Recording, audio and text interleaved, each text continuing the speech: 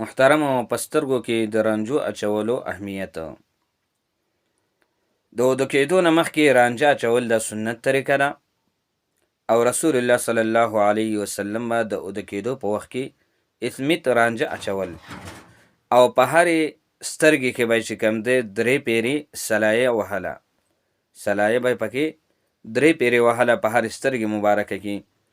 او حضرت انس رضی الله عنه فرمایي چې نبی کریم صلی الله علیه وسلم سره تور رانجه ومو او نبی علیه الصلاة والسلام د رانجو د اچولو ډېرې فایدې بیان کړي دي. ابن ماجه کې حدیث دی، پیغمبر علیه الصلاة والسلام فرمایي علیکم بالاثمة عند النوم فانه یجلو البصر وینبت الشعر. نبی علیه الصلاة والسلام فرمایي چې اوده کېدو وخت کې تاسو چې کوم دی د اثمیت رانجه خامخه اچوئ، ځکه دا د سترګو نظر تیزی او ویښتان چې کوم دی هغه رازرغونی هغه راخیږي. او یو حدیث کې داسې هم راغلی دی، نبی علیه الصلاة والسلام فرمایي چې ستاسو په رانجو کې بهترین رانجه د اثمیت رانجه دی، ځکه دا د سترګو نظر تیزوي او ویښتان زرغونوي. سترګو نظر تیزوي، ویښتان راخیږي. لکه څنګه چې رانجه یو سنت عمل دی، سنت طریقه ده او ډېرې فایدې پیغمبر علیه الصلاة والسلام د دې بیان کړي دي.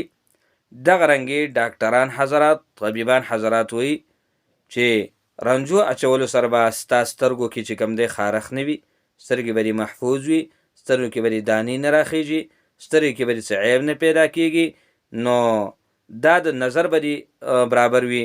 نو زما محترمو مسلمانانو د رانجو استعمال کوئ او تور رانجو هم استعمالولی شئ او بیا خاص کر د اوده کېدو په وخت کې چې کوم دی د اثمیت رانجه اچوئ. نو سترګې یو لوی نعمت دی، هر اعضا د انسان یو لوی نعمت دی، خو دا سترګې بیا د ټول نه لوی نعمت دی. نو د دې وجې نه د هر اعضا په انسان باندې چې کوم دی هغه حق وي، نو د سترګو په انسان باندې حق دی چې دې ته رانجه اچوي، نو د انسان سترګې به محفوظ وي، نظر به برابر وي.